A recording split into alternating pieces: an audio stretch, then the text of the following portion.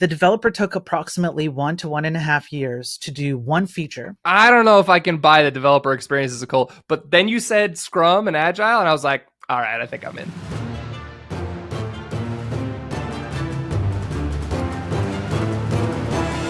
Today, I'm joined by Spiro Floropoulos. I'm going to mess that up. You got it. Yeah. Was that right? Yeah, it's Flor and then Panagopoulos, like the old pizza place. Yeah. Okay, awesome. Spiro Floropoulos. Yeah. Wonderful name. Very hard to pronounce, but very cool. Definitely memorable. First of all, I actually have to say, like, we're having this conversation, like, just to be like way upfront about it because you were fired. So I'm very sorry to hear about that. Obviously, you and I have had interactions before this whole event. So I just want to say, like, I'm very sorry to hear that happened. Same. I appreciate that. Yeah, it does happen. It's technically a termination of contract. I was a long-term contractor as opposed to an employee. It comes with no, what do you call it? Like no severance. It's just effective immediately kind of a thing. So for all intents and purposes, yeah, it was fired. Okay. I mean, yeah, it was like unexpected. You were expecting to go on. So I could see how that's, I mean, it's basically the same thing. Pretty much. Yep. Like any good person in media, like, can't let a tragedy go to waste. We got to talk about it, right? Yeah, of course. So just publicize it, air it out. Yeah, get lots of eyeballs on it. It's a wasted opportunity otherwise. Yeah. Yeah, exactly. We might as well make the most of it. So the title of this on YouTube and everywhere else is going to be, I was fired for using HTMX, which admittedly is very clickbaity. We know that you were fired and kind of performance reasons were cited. Yes. And we know that HTMX was, something you were pushing for and using. And so I just want to be very upfront and clear that, like, we're actually not sure that you were fired for HTMX. That was never like explicitly stated, but we're going to have this conversation and kind of pick apart what actually happened and figure out, how HTMX was involved. Yeah. I think I can make a pretty good steelman case for at least some version of that story from their perspective where they might have a leg to stand on, a little bit. But of course I'm biased. Of course I disagree with the decision, and there's my perspective and there's probably the truth somewhere in the middle. The things, especially over the years, things happen. But I'll do my best to actually like demonstrate how HTMX, I think HTMX was really truly like the crux of the whole thing. So we'll get into it. Yeah. Okay, cool. Let's kind of try to take this chronologically. Obviously, we're not going to name names. There's no like ill will here, but let's start back at the beginning. Like, why did you decide to introduce HTMX? Or I don't know if you actually introduced it, but maybe champion it on the project. Yeah, I did introduce it.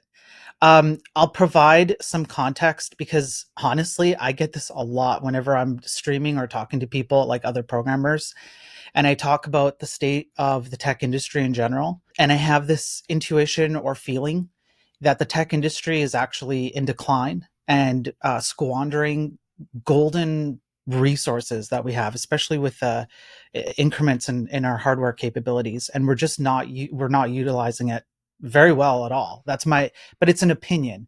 This is it's going to sound a bit weird, but I just want to provide like kind of background into my thought process as to that leads up into this, right? I never finished high school. I had to run away from home when I was 17. I was almost murdered twice. I couldn't stay there. I was born and raised as a third generation Jehovah's Witness, which is a cult by definition. It has all the definitional points of a cult. I didn't get out of it until like 30 or so, approximately 30, I think, actually, just before my daughter was born. And once you exit a cult, you realize how many other things are at least cult-like. It's crazy. And the main fundamental core of a cult is that they cater to feelings. How you feel is the most important thing they can target. I swear I'm getting to HTMX. I promise. I promise. They target how you feel because how you feel overrides your logic. So if they can make you constantly be feeling a particular way, then anything logical thrown against you can just be like overridden. So as an example of a correlate thing of like a feeling, they'll other. So when they either you're the other or other people outside of the cult are the other. The intent being something along the lines of, if somebody comes to you and says like, hey, your Jehovah's Witness beliefs don't actually make sense, let's discuss how. Literally, Jehovah's Witnesses can tell the rank and file, the leaders of the organization can tell the rank and file, it's okay, you don't need to engage in these debates. Everyone outside is part of the world, and they're led by Satan. And so everything they try and do is to like dissuade you, it's Satan really pulling you away from your relationship with God. And that's a feeling based argument, right? So it's like, don't worry about the logic. This is how you should feel. And if you feel this way, you feel like you're being oppressed or victimized, it's really Satan doing that to you. And then you don't have to think about the logic. So now to walk that a bit forward, I have that, leaving that, I'm fully cognizant of that. And everything, not everything, but many things before leaving Jehovah's Witnesses fall into some spectrum of cult-like. Not everything is a pure 100% cult, but there are cult-like elements. So then when I discuss with programmers like, why are we focusing so much on developer experience? What does a developer experience in terms of a language, framework, or library have to do with the underlying raw performance in a vacuum of the code you've generated? But it always devolves into a feelings-based argument. Well, I feel better. I generate code faster. My experience with the code is faster. And that's a feelings-based argument from both sides, honestly, including for me. I was going to jump in there and say, Yeah. I don't have any, I don't know enough about like Jehovah's Witnesses to have any sort of comments on that whole section, but I do know that HTMX, in particular the HTMX Twitter account, make me feel a certain way. So, I mean, I'm not going to say it's a cult, but like I'll let the listeners, draw their own conclusions. Yeah. Carson. Yeah. Yeah, I mean, I know Carson, and very briefly, we've talked, and this actually goes into like why I think HTMX leads into the right direction as opposed to the wrong direction. So when you discuss like frameworks and libraries and languages, a lot of it is based on how good is my experience generating code, and very little, if any, is based on how well does this code function once it's out the door. And it's everything, like I said, anything that like has it that lands on the spectrum of cult can be on one end where it's like just a little bit cult like, it has elements of a cult, it's not really a cult, so I would, it just has an element of that. There are lots of things that end up on the spectrum.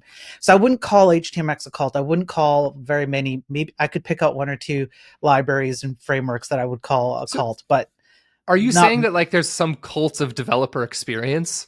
Like the yes. idea is we're told that we should care way too much about this thing that Yeah. I mean, I don't know if you're saying it's not important at all, but maybe it's just a lot less important than we. What are the consequences of focusing too much on developer experience? So here's the downside of this. And this happens in full-on cults as well. Another correlate of the core aspect of making you feel something to override your logic is somebody famous, some influencer, some big company, some tech leadership, somebody big says, hey man, I know it's rough out there. Writing code is tough, huh? Do you really want to be writing assembly? You want to write assembly for your website?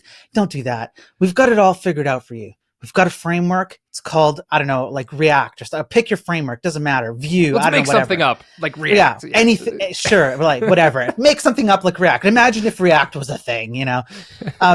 So what they do is they go, just like in a religious cult, what they'll say is, man, I know the Bible is hard to read, right? Like, how do you figure out what God wants from you? That's tough, man. We've got the answer for you. All you have to do is follow these check boxes.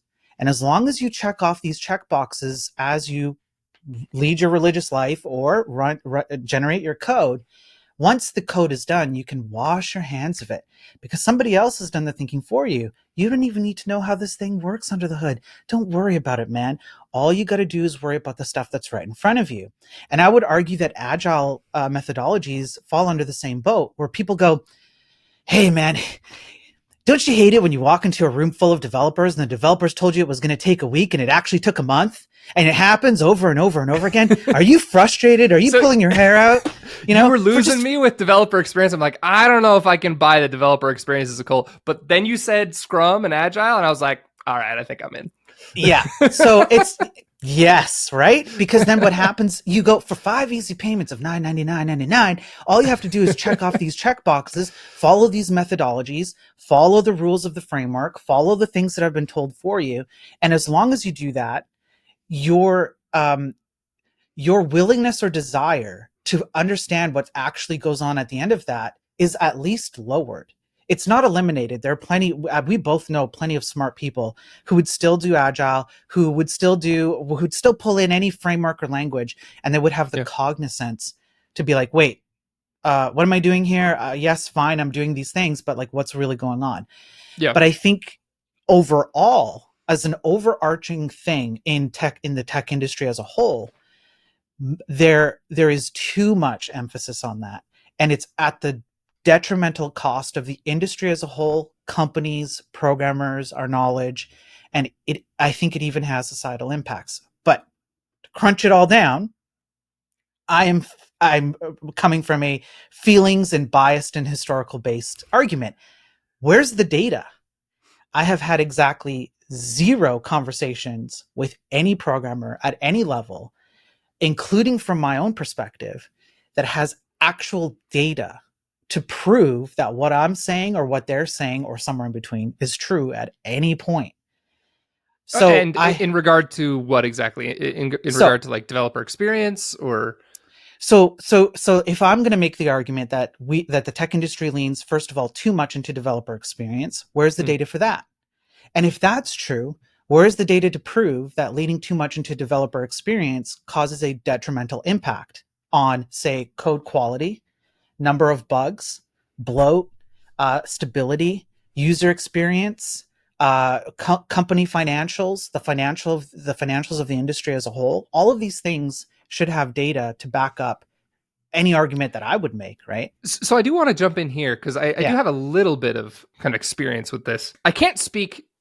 I have no data on like if we're talking about developer experience in the like developer experience of Next.js is better than HTMX. I've got nothing right, there, but right. I'm a big fan of, for example, CI/CD and deploying a lot every day. It's kind of the original meaning of the term DevOps, not really what it's kind of been co-opted to mean within maybe the Yeah, last 5 or 6 years.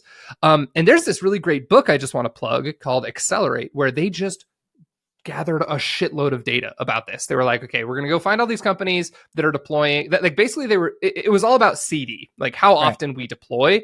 And they crunched a bunch of numbers regarding how many times, I should say, with what frequency a company deploys to production, Yeah, and then like number of bugs in production and number of features shipped.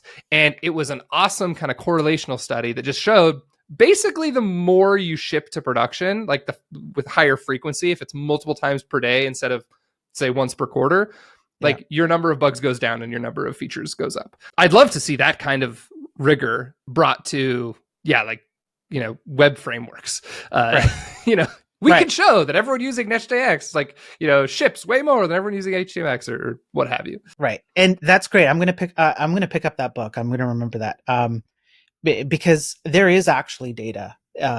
Some of it is, it's hard to decipher. It's actually extremely hard to find. It took me several weeks to gather up the data, but the last few weeks, I've been pulling together the data, and I think I actually have all the data I need to actually present a data-based argument for we're headed down the wrong path, and we need to make a course correction in the industry as a whole, and that the long-term consequences have not been worth it because the data can go back 10, 20 years.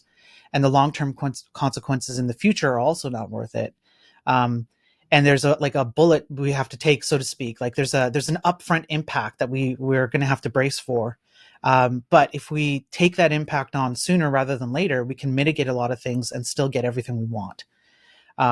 So I think I've got that, but that's the whole, like, that's the crux behind, like, that is a background thinking process that I have, which leads me to something like HTMX, which is a framework that is one of the only frameworks I can think of, at least in recent, maybe in the last few years, maybe in the last 5 years or less, where the framework actually encourages you to understand more about why you're doing something the way you're doing it, as opposed to encouraging you to think about it like, it's okay, we got this covered for you, don't worry about it. I It's got to like, channel my inner Carson Gross here and say HTMX is a library, not a framework. it's a library. It's a library of peace. You're absolutely right. Sorry, Carson. Sorry. So yeah.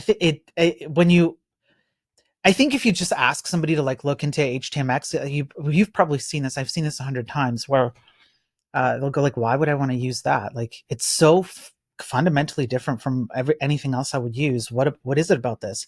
And there's a I don't know, a barrier of entry where you must understand why HTMX is even a thing in order to understand why you might even want to use it, right? And so there's an implicit requirement that the programmer who looks at it has a deeper understanding of why this thing even exists. So it's in the right direction.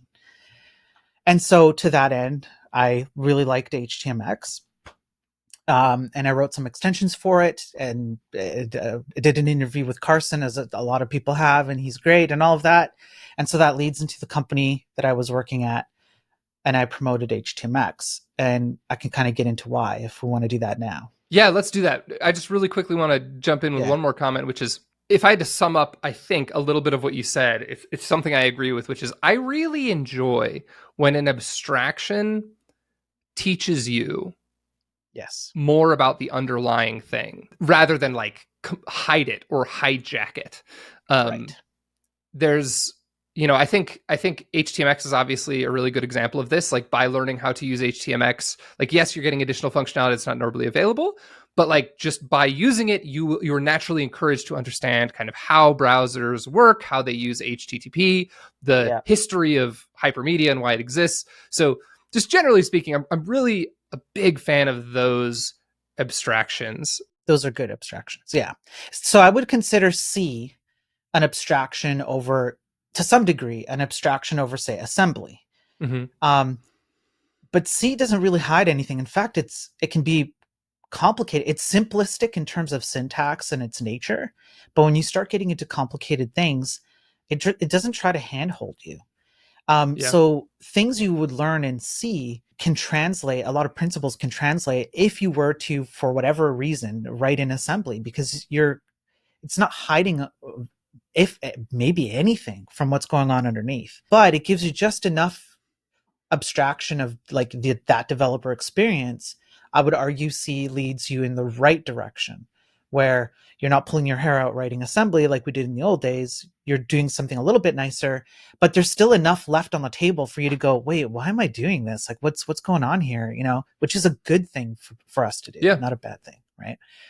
So there are definitely languages out there, and I guess just the general argument I would make, especially on the front end, is that on the front end we have gone way too far into make everything nice for the developer, obfuscate a bunch of stuff, abstract away way too many things, and those principles and mindsets are actually infiltrating backend. Like if you were to write C or write on an embedded device or flash some firmware and whatever on a chip, the principles of that front end craziness, that's complexity and whatever, are starting to infiltrate the back end. But again, I need to present the data. I would like to not have the feelings based argument where it's like, okay, intuitively, yes, no. My argument feels more persuasive than someone else's. For example, I want to have the data to prove it. I think I do.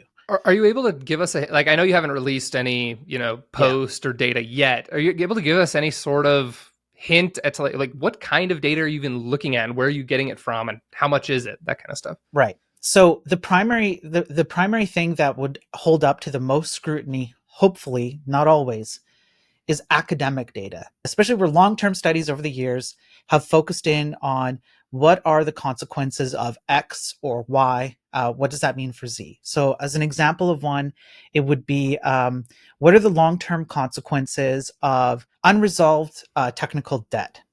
And then if let's say you started that as a starting point, I have some data for that. Then you can go back one step and go, what generated the technical debt in the first place? Was it a management practice? Was it the library, framework, or language being used? Was it the developer rubric for what is considered quality when they push it out? And you can kind of scale your way backwards in order to determine what caused, that in that chain, right? And all of these individual points, some have more data than others in terms of just purely academic scientific studies. Some have to be made based on historical context of how the tech industry operates. So it has been a surprisingly two-sided thing here. One is there's the data, the academic data, which I think is the best way to compile, figure out, a logical chain and find all the data for it. But when the data is missing, what I've had to do is I've had to go back to how a big company, many big companies, and how generally the industry as a whole operates over time. So, for example, if somebody were to say, using X framework has saved developers a bunch of time. Look at how much money companies have been able to make because they can produce products, features, and whatever to the user experience way faster, et cetera, et cetera. You can make all these things, right? But what actually happens? And if you look back at some big companies that we tend to look up to with their frameworks and libraries and the things that they espouse, how do they actually operate in the real world? And in the real world, it's shocking when you pay attention how many times companies pay the price for the things that they once espoused. And not just once, but multiple times, especially over the long term. So 5, 10, 15, 20 years. So you can think about some companies, some software technical companies that have been around for, say, more than 10 or 20 years. How many times have they had to, for example, do a massive refactor at the cost of time of thousands of developers, at the cost of money in the tunes of, I kid you not, sometimes trillions of dollars over the long term, and at the cost of a reduced user experience, which once they realize that that's what was happening because of their choices, they go, uh-oh, we better do a massive refactor. So real world doesn't correlate, right? Yeah, I was thinking like when you first started there, technical debt is an extremely hard thing to quantify because, like, Mm-hmm. let me just give an example. Say one day your team is happily using Angular, and then someone decides, right, fairly arbitrarily. I mean, you could point to some data like, oh, React is growing really fast and Angular is kind of old and stuff. But like, someone decides, some CTO or architect or staff engineer decides we're moving to React.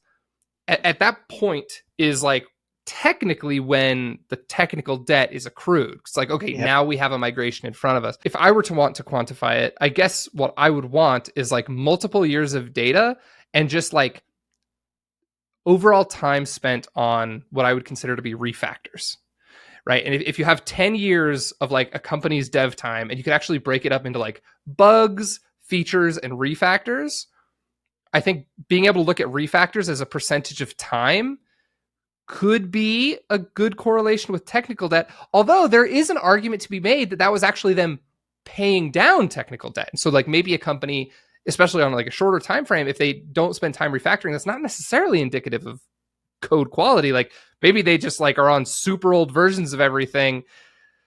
So maybe it's like I don't know. It's tricky. I'm sure these are Complicated. things you're thinking about. Yeah. Yeah, it's complicated. And there are actually, I was shocked to find that there are actually a lot of academic studies which provide a rubric for quality output of code. There are almost no studies which implement that rubric in terms of how much good quality code is produced in any given aspect of anywhere in the industry. The application of those rubrics is where it's missing. And Hmm. so there's a bit of inference. You have to infer like what would be the step before that and before that and before that and find data for all those points and then bring them back together and say, if all of these things, I can name a framework that I know 100%. I won't call it out, publicly, but 100%. I went back on the history of its initialization and why a big company used it and what they did with it, and it was purely based on developer experience. And as a result of that, that framework has gone through massive numbers of refactors. The company has spent billions, if not trillions of dollars over the course of many years refactoring it. And the argument would be if the framework is actually solving problems and not generating more problems, why would you have to refactor it in the first place? Where is the rubric for the quality of the code? And I think that that is a clear indicator that when you focus too much on my developer experience, though, you're missing everything else. And I think that's bearing out true when you look at the history and context of how the industry plays out in the real world versus how programmers feel while they're participating in it. It's a different set of things, if that makes sense. Yeah, you might not be referring to React, but it sounds like React, and it sounds like Vue as well. And I'm a Vue user; it's what we use to build the front end of Boot Dev. But it Yeah. is frustrating that like these frameworks, it particularly I think the most frustrating thing is just that they're not in any way comfortably backwards compatible. And I know that like technically React and Vue are both backwards compatible in a number of ways, but like you're always being pushed to do it a new way because the Yeah. new way is the better experience. And I get that that's hard. Like I'm not even like faulting necessarily the authors. Trends change, the way people Right. want to do things change. Right. Right. But it is like just in the last 5 years, the number of times that we've done major migrations and refactors to our Vue app has been pretty frustrating. Our Go apps have not changed at all in the same time, basically. Sure. Yeah, exactly. And so I think front end was the path of least resistance for any idea, any ideology has the path of least resistance directly to front end frameworks. It has web and the browser and the internet. What you present to someone on screen on the browser has a very low barrier of entry if you have a particular ideology that you would like to push. And the ideology does not mean a bad or good or negative thing. It's just a thing what you would like to implement, right? So Yeah. that's where you see a lot of this happen first. I will say, like, to be, there's a few changes that, like, I think were just kind of the faults of, like, us as developers, or maybe you could say it's the framework authors or trends in general. Things Yeah. like switching from objects to functions and things like that. Yes. But there's some other stuff that, like, you actually can't blame the frameworks for. Things like, JavaScript as a language has moved forward a lot, which Yeah. it's been a lot of good changes, to be honest. Like, JavaScript 20 years ago was pretty rough. Yeah.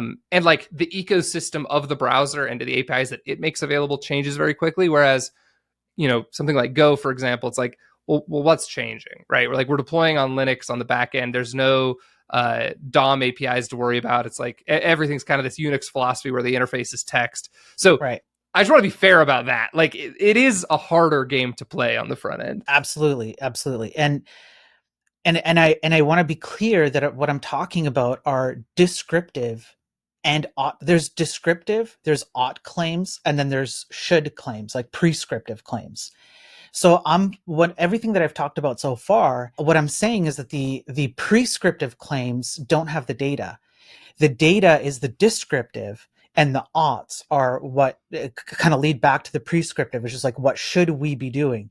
Now, the reason why I separate ought and prescriptive, to your point, is because there's stuff that I think we really should be doing. If we had all the time and money in the world to be doing it, we should be doing it a particular way, but it's not realistic in the real world. And so the prescription is a little bit different than the ought, right? And so if you were to ask me what the prescriptive, my prescriptive claim is based on the descriptive data I have, it would be, we can have our cake and eat it too, but we have to pay a consequence right now if we were to start right now, which would be that we should just be it's really two things.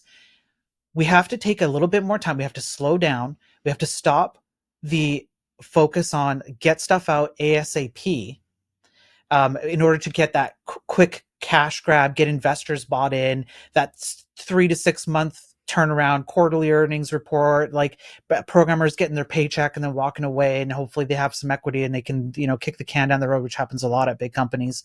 Um, let's stop with that, or at least slow that down, and understand that if the descriptive indicates that it's causing harm, and the descriptive can infer, which I think it does, that if you slow down and you focus more on quality output, stability, less bugs, but you take your time doing it, that it leads to better long-term financial gains and a boon in the industry as in general in terms of innovations and stuff. And if that's true, then prescriptively you can say, well, let's slow down. And I'm asking more from developers, programmers in general, including myself, which is, don't just reach for the library, for the framework, for the language in order to check off your check boxes and get your paycheck and go home and feel good about yourself. I'm asking us to set a higher bar for each other, which includes me. So just the other day, I was reading about like SIMD and CPU architecture.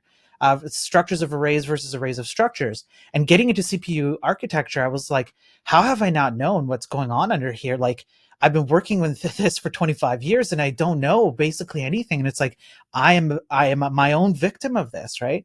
So that would be my prescriptive. It's not that these things are like, we shouldn't look down on them and scorn them and like, how could you do this to me, view, like, it's not that.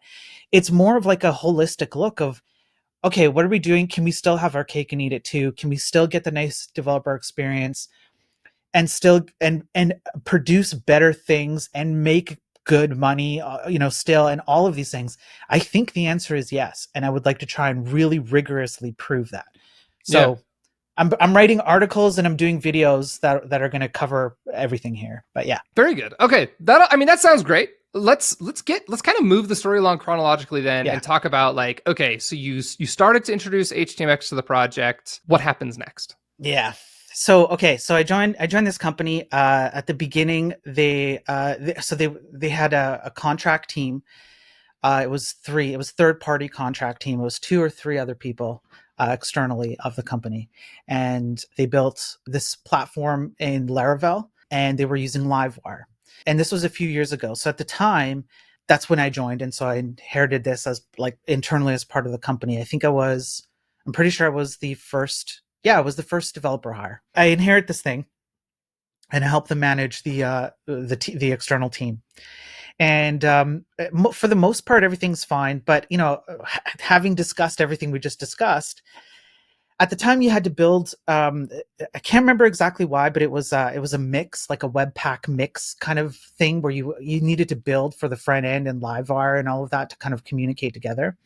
And so every time I would do a deploy to prod, especially on my own, I would have to either build locally and on stage in order to get it approved by product and QA and on prod, or at the very least on stage and on prod. And that was a time consuming process. And I felt like, at least for myself, I could move faster without the build steps because I've done it before. And so I'm thinking, okay, well, HTMX sounds good. There were some other issues with the platform that I inherited, which I fixed. And then a few months into it, I'm thinking, okay, well, I have this feeling, so everything we just discussed, I want to prove it. I don't just want to have a feeling and run on the feeling and just say, well, if asked, be like, well, I just felt like this was the right choice for me. So what I did was I took a week of my own time over the course of, I can't remember what it was, 3 weeks or something. I put in a lot of overtime and I rebuilt a portion of the site. It was one feature. I rebuilt it in HTMX. And then I showed product the difference between the current state of things and the HTMX state of things. And they really liked it. And were you mostly like showing off performance? Performance was the thing. Yeah, it was like it loaded instantly. They could interact with it. Everything was instant because with HTMX, it's just backend calls to the PHP, and then you reload the HTML, and browsers are fast, and your bandwidth is fast. Yeah, everything's fast, right? So it worked out well. And everyone, including myself, was surprised that I could rebuild this thing by myself over the course of 3 weeks, ultimately a week of time. It was actually Thinkific. I rebuilt Thinkific internally in a week in HTMX. And that was called Insomniac 1.0. The reason why is because I barely got any sleep. And so they dubbed it Insomniac 1.0. And I went up to Insomniac 3.0, which means I rebuilt two other completely external things that they were paying for and using. They were heavy and complicated. So these weren't like the core product. These were things that the company was like using internally. Insomniac 3 was the core product, which I'll talk about in a minute. But Insomniac 1 and 2 were external products that were just completely replaced. Okay. With the HTMX version. So everyone was impressed, including myself. I didn't think it would go as well as it did. I was kind of shocked. We were still kind of dealing with a lot of the issues that were inherited from the work that was done originally without my HTMX work. And so we decided, well, we need to hire another developer. So we hire another developer, and they spent some time working non-HTMX. It's just a regular Laravel, Livewire, etc. We wanted to make the developer, and so here's exactly what we were talking about before. We wanted to make the developer experience nice. The developer was intermediate to senior, and they really, really liked Vue, and they were really good at using Vue. So we thought. And so the developer came to me and said, I want to use Vue. If we're going to do a front end framework rewrite, because I know you've been thinking it. I can see it every time you do a PR and you say, oh, why is this like this? I hate this. We should do this. I see your PRs. I see your comments. Can you push Vue for me? And my gut feeling was like, this is kind of the antithesis of everything that I've been trying to do. But I was so swamped. I was working so much overtime. I was really trying to make this successful. I was by myself running all the features. We're talking about thousands of users, a multi-million dollar company, and it was being used constantly all the time. There was a lot of pressure, and investors, like big companies, wanted to invest in us. I think some did. I don't know all the ins and outs of that, but there was a lot of pressure of just me running the whole thing. So I'm like, okay, I guess we'll cave in. Maybe the developer experience will be nice, and this developer can take some burden off of me. And if this developer can do really good with Vue and they can move really fast on the front end, well, gee, that'd be great, because if all I have to worry about is the back end, oh man, that would make life a lot easier. So that was a big mistake. So I just want to like say this again because this is actually like kind of crazy. You're on Yes. PHP Livewire. You Yes. introduce the HTMX library. You rewrite a few of the views in the app, Yeah. or I should say, maybe even in various apps in Yeah. HTMX. Another developer comes up. Actually, I want to use Vue, and now we're introducing Vue as well. Yeah. Cool. And All and right. again, my gut feeling, and I'm pretty sure I told this to my superior. My gut feeling was, I don't really like this. But the pressure, which I completely understand, by the way, it's not.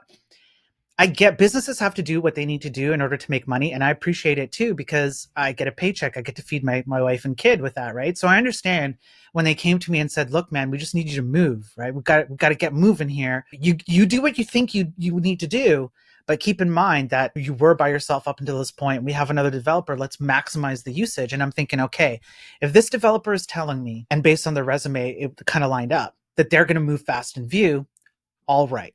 Okay. Now, I didn't consider long-term consequences. I didn't consider performance issues. I didn't consider technical debt. I didn't consider I didn't really look deeply into why the developer felt this way. I didn't do my due diligence. So I take responsibility for that. But I said, okay, for the short term, maybe this will work out just fine, right? So the developer took approximately 1 to 1.5 years to do one feature, and they didn't finish it by the time that developer left. Wait, hold on. I did not realize that you were on this project for this long. So 3 years, three and a oh my half God. years. Yeah. Okay. I had in my head, this was like, I don't know, 6 months of time total. So this developer joined, this is like a couple of years ago now, and took, as you said, a year and a half to ship something. Yeah. Yeah, and it didn't get shipped. I mean, it did What? get shipped, but it was never considered complete. We always had to mask features that weren't done. How did a firing not happen like way sooner for this person? The company runs as like a lean startup company. There are not a lot of people there. It's a pretty small. I think it's like 10 or less people overall. It's really easy. I think you would know this. It's really easy to miss stuff when you have people that you kind of delegate responsibility to, and you give them a bit of your trust. You don't look as deeply, because there's always something that's ready to take the distraction away from you.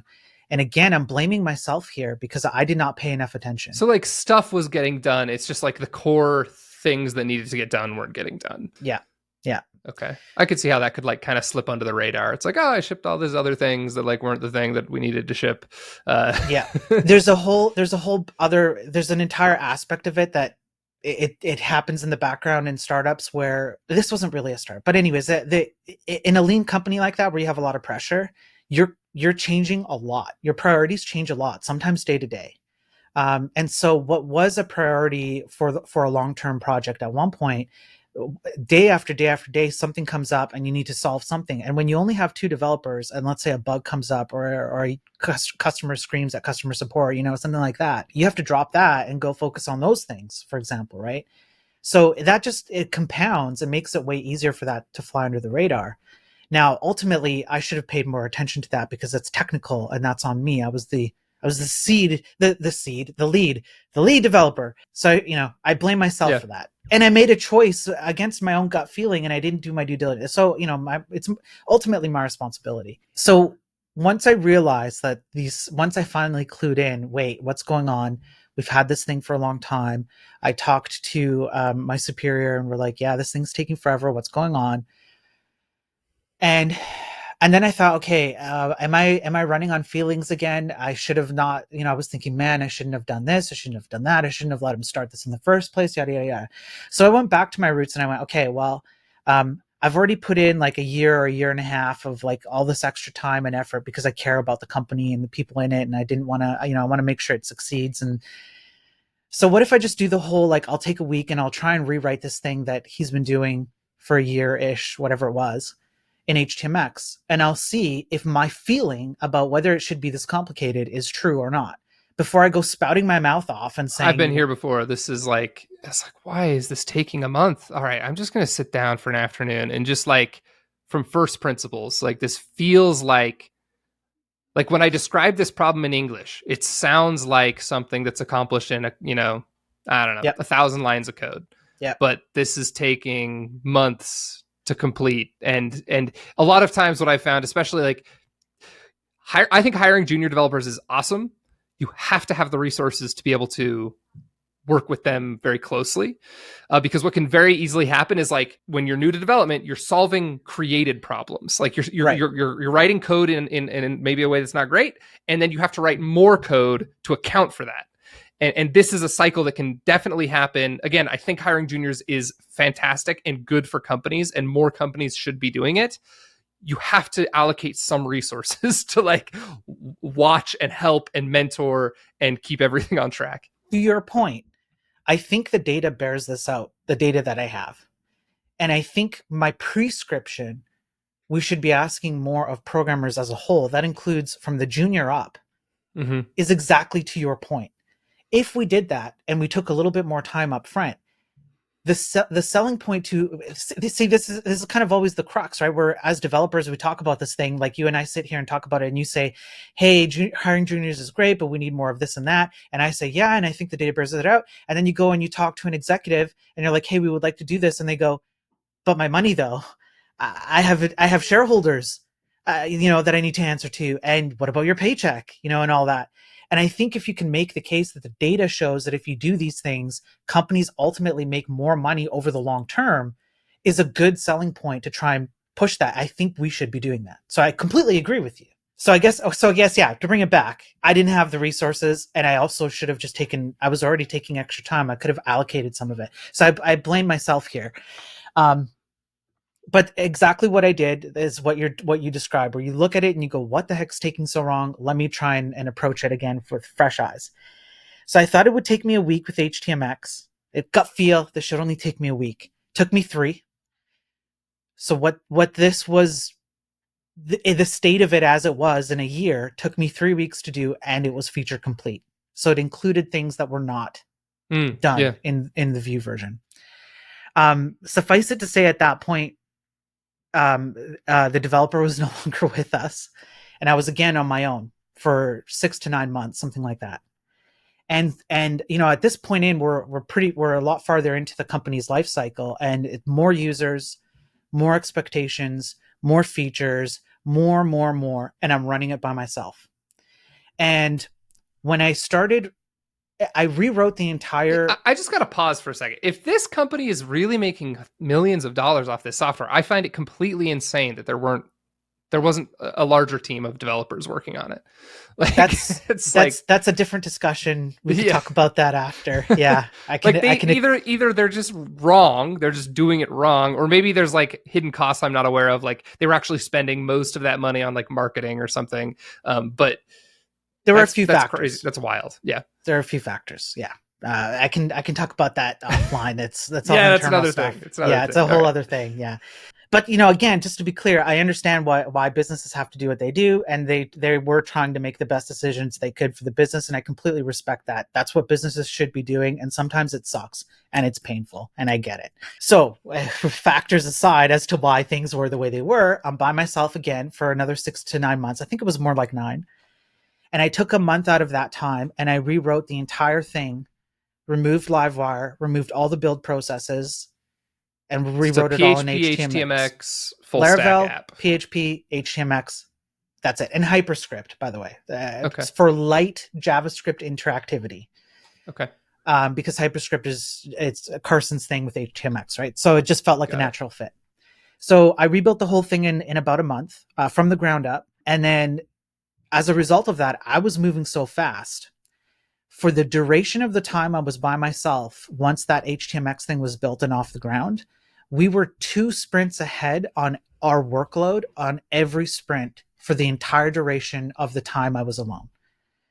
And then we were doing so well that the demands actually got higher because we were being asked to do more. It's like, whoa, things are going so Yeah, like you've well. got bandwidth. Yeah. Right. Like, Yeah. how will you do more? And so then we hired 2 other contractors to help me out. One was primarily front end, one was primarily back end. So that complete rewrite was Insomniac 3.0. That was I spent a month, like, I lost time with my wife and kid. I barely slept. Like, I just went for it. And that was the complete rewrite. And so we hired these other 2 developers. And when they first came in, especially the front end guy, he's like, the heck are you doing here, HTMX? And I had to kind of be a jerk, I admit. And I had to kind of go, listen, man, you're a paid mercenary. All right. This is what I'm doing. You're paid to do what I tell you to do. Okay. You accepted the terms. You're going to use HTMX and you're not going to complain. And they're like, okay. Yeah. It's a contract. I get it. Right. And so, it was more jovial than that, right? I was kind of like, listen, this is how it is. Just accept it. Just trust. About 3 weeks, I'm being nice, but actually, yes, but actually, that's right. 3 weeks in, I remember this. 3 weeks in, and 2 days apart from each other, they both independently came to me and said, I'm blown away by how well HTMX works. And the front end guy said, I'm almost inclined to use HTMX for a vast majority of my projects going forward instead of the other frameworks that I typically go for, because the difference is huge. I can't believe how well this worked. And then we ran with that. They were extremely supportive of the whole thing as we continued going on. But then what happened is the technical debt that we didn't have time to deal with as a result of the old way of doing things came to bite us in the butt. So I've been kind of hiding this as we've been discussing, but what happened was when I rewrote the entire thing in HTMX, there were 2 or 3 pages that I did not have time. They were small. There was literally one page with like 3 small features, and I did not have time to remove view out of them.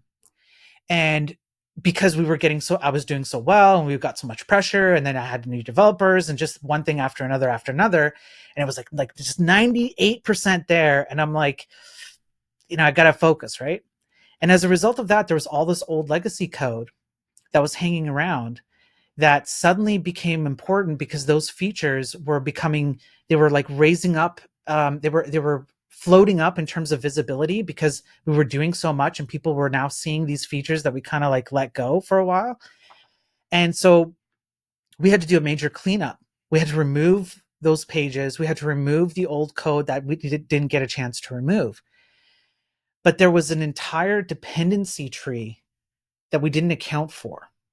And that's on all of us. That I blame all of us for that. We should have considered that. And I maybe should have even taken an extra 1 or 2 weeks and just done it and removed it. But that entire dependency tree had ballooned so much where removing Vue and all its interdependent things, like we had some APIs that we were no longer using, and there was some code running behind the APIs, there were some database structures behind those APIs, there were some views and components and things like that all on the Laravel side, and then we had some front-end stuff that on those features were being integrated a particular way. All of that stuff ballooned. Like we didn't realize what we were in for. And then we slowed down. And So I just want to like make sure I kind of understand, at least from a high level. So when you're looking at the app, it feels like this is small because it's like Vue is powering just like these 1 or 2 pages. Right. But then when you dig through like what those view, it's a confusing wording, but those those view pages are using, yes, there's a lot of dependencies back there. all sorts. Not necessarily, it sounds like tied to Vue, but tied to those pages. And so it's Yes. not easy. Like, I guess there's a lot of logic back there. And so Yes. to rewrite it is a much bigger ask. Yes. So imagine that someone in leadership comes to you and says, "Hey, these pages are actually important now. We've got so many users and features and people wanting to use it. They're important. We'd like to add some features to it." And you go, "Okay," and then you're like, "Wait. First of all, this is in the old tech, the Vue tech, let's say, and second of all, to remove this and replace it with HTMX, it's things have become so ballooned and complicated that it's an insane amount of effort to even add one feature to this." And then they're like, "You don't have time to rewrite it. No, we need this now. You don't understand. The visibility is Yeah. Okay. now." Right. And so it's like, okay, well, what do we do? And so then we actually had to make decisions of like, do we just continue supporting Vue for a while and just add features to Vue, to the JS version Vue, and then work our way backwards through the Laravel and replace for like that? It became a thing and we slowed down. It was a huge thing. So that became a problem. And then once we got through that, um, um, the other problem became the more complex some of the features became, the more we actually struggled with HTMX in some capacity. And I'm going to write an Yeah. essay on this for Carson. If it's good enough, Carson will put it on htmx.org. Are you calling But it an essay and not an article because Carson pressured you to use that word? that is correct. Yes. Yeah. I'm legally bound to use the term essay. Yeah. Anything I had to sell rights to my firstborn child if I call it anything but an essay. So yes. Thank you, Carson. So as an example, something we ran into, and we solved it, by the way. It's actually solvable and it's not that hard. But the problem is that it's not like something like Vue or React, where a lot of these problems and thinking processes of how you would solve the problem are already figured out because it's been around for a long time. This was new stuff. So we had a table. So imagine you have a table of users, you check off like 3 users, and then you want to go and you want to tag them. You want to put like a special tag, like these are VIP users. Hmm. And the UI experience was select the users, and then a slide out drawer comes out, and it has your ability to select which tags you want to apply to them, and then you click OK, and then the table gets refreshed, and then they have the tag next to them. If you do Okay. that in HTMX, you're dealing with 2 different forms. So you're Yeah. taking one form off the table, you're taking the user IDs, you're passing them into a second form, which is kind of its own page, if you will. You're HTMXing it into a component like a slide out drawer, and then when you submit, you have to go back to the original table and then say update your table to some Yeah. degree. Those are things where like HTMX starts to get weird, and then we slow down there. Yeah. It makes sense because I actually, man, I don't know what Carson would say, but I've read Hypermedia Systems, think it's really great. I'm actually interested in what Carson would think about this particular scenario, because it's basically a scenario where the way the UI is updating, like it's 2 very disparate portions of the HTML. And so you have to do like some HX targeting stuff. And I wonder if like the simple answer would be like, well, just post it and like return a whole new page. Right. Anyways, sorry. No, that's we asked that question, and like if somebody came in with like a React, they'd be like, "Man, this is easy. What are you talking about? This is easy." Yeah. Yeah. Right? We solved it. I'm holding those cards. There's a few other examples where HTMX got weird. I'm holding those cards close to my chest because I want to write a proper essay for Carson. And I want to think about it and make sure that I argue for the pros and cons and how you would have solved these problems appropriately. And I want Carson's stamp of approval for it, right? But these are real world production level problems that I faced and my team faced at the time with HTMX, where we slowed down because all the gains that we had made up until that point suddenly looked, in the vacuum of that time period, looked like we're slowing down. What happened? You were doing so great. What happened all of a sudden, right? So these all these points, if you were to look at it externally, if you're looking at it as someone who's just managing the business and you don't really understand the technical, the individual points in time in a vacuum, yeah, you could make a case for, well, your performance wasn't consistent throughout. At the very least, I think that's a solid argument. Did you have consistent performance? Like, could you Mm, produce and ship and all that all the whole time? No, I couldn't. Did you have periods where you went like this? Yeah. Did you have periods where you went like this? Yeah. And the point where at the point where they said, okay, we don't like the performance right now, was it a period where we were going like this because we were dealing with the stuff we just talked about, the legacy yeah. code and the weirdness with HTMX, which we solved, we figured it all out, but it took time. And so from that perspective, yeah, okay, my performance wasn't good. But I think that the title of this whole thing is, I think HTMX had a very big factor on why I was let go, and that's Yeah. kind of the story, right? So it was that slowdown of like, okay, we rewrote a bunch of the app in HTMX, and then it sounded to me like two factors. It was like we have this section of the Vue app, or sorry, this section of the app built in Vue that we now have to make weird decisions around how to update because we actually want Vue out of the app, but we need to ship things quickly into it. And it sounds like Right. it was compounded by the fact that you also happened to be facing some issues with your HTMX part of the stack as well, where you're starting to run into some of these edge cases where maybe HTMX isn't the most elegant solution. Um, Yeah. and that results in not shipping features and fixing bugs as quickly as the business side of the organization Yeah. wants you to ship. That makes Yeah. sense. That's highly unfortunate. There is this desire in, especially from like the business side. It's like we want consistent output. We want consistent, predictable output. Every week, some stuff is happening, some things are That's being right. done. But the reality of code is, I mean, it's more than just like the reality of, sometimes we fixing bugs, sometimes we're doing features, sometimes we're refactoring. It's also compounded by the fact that like sometimes you're on vacation, right? Sometimes motivation's high and you stay up all night and you code something. Yeah. Sometimes motivation's low, um, which can create some pretty big swings. What I tell my team is like, I want consistency just on a longer time frame, right? Like Right. not every day you're not going to be as productive every single day, right? It's not like every day you clock in at 9, you leave at 5, and you'll get the same exact amount of work done. That's not an expectation Yeah. I have. But like, Yeah. I want roughly the same amount of work done on a weekly basis, barring like PTO and things like that. It's like Right. we could just expand the time frame, and then we want to see consistency again. Uh, Right. Granted, the nice thing about being a technical manager is, to me, productivity is not just measured in features, which oftentimes that's a weakness that the business side has. It's like it's just Yep. the number of features. That's why I love having technical managers, because they don't see your productivity as a developer just in features. They see it in Yep. features, they see it in bug fixes, and they see it, most importantly, in refactors and upgrades and updates and things like that need to happen, but Yep. like aren't obvious to kind of the business side of an organization, like why Yep. that needs to happen. So two things to your point. I completely agree with you. I think instead of agile, we should have just treated our programmers like adults. I think you'll find that if you just treat your development team like grown-ups and give them responsibility and ask more of them and then just let them go, more Yeah. often than not, they will step up to that than not. And the second thing I would say is that anything that we did in HTMX on that site was, we had some pretty complex data rendering inside of tables that mimicked some functionality of like Excel spreadsheets. Oh And wow. it Okay. was instant. Instant. Like you hit load and there's no loading bar, there's no little spinners from like the little widgets that are waiting for API calls. It was like that. And our deployment process, anytime there was a bug, no build.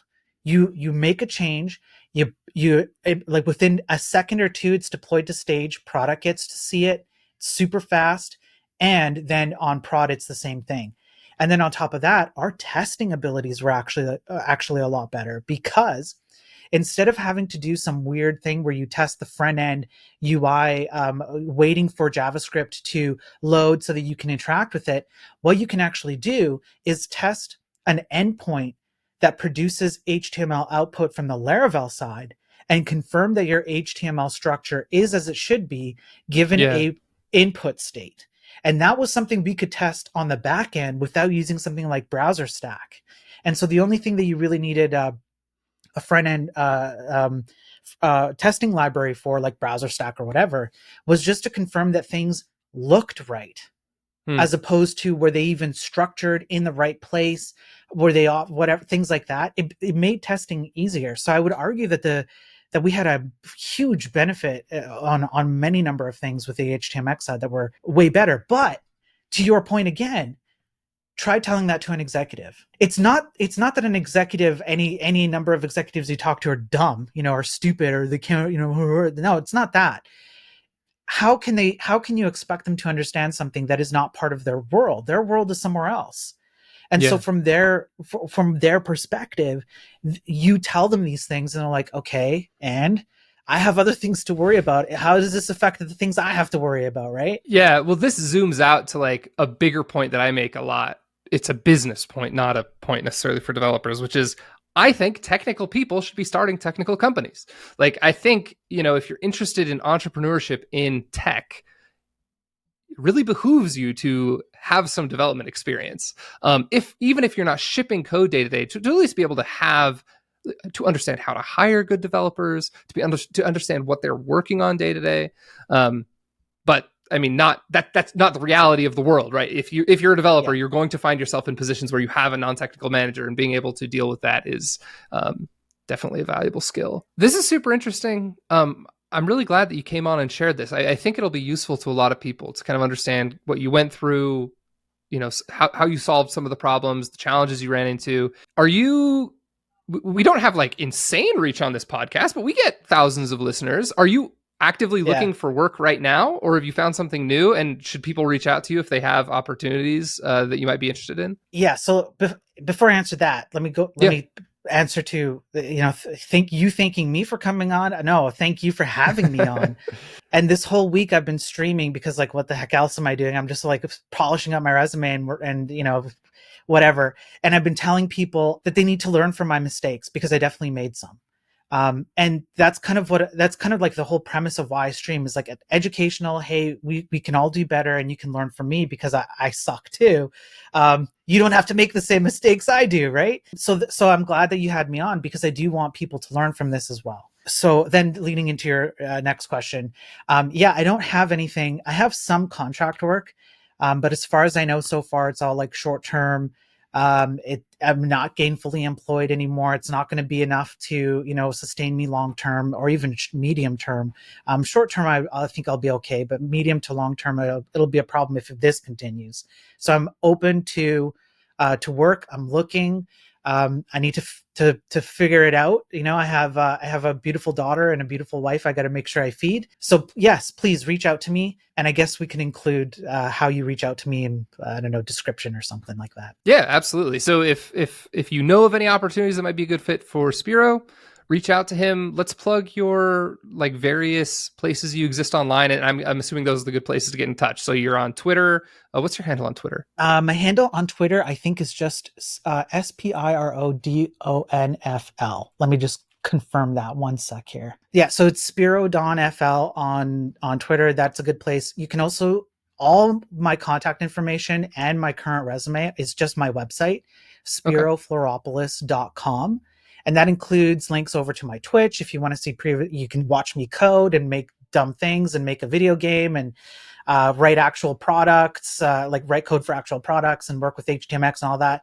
My YouTube's there, my X is there, everything's there. And if you want to see my work history, it's also there. It's just a resume site. That's all it Awesome. is. Cool. Go check that out. Give Spiro a follow, and thanks for coming on, man. This was a fun one. No, thank you for having me on. I really appreciate it. I really enjoyed my chat.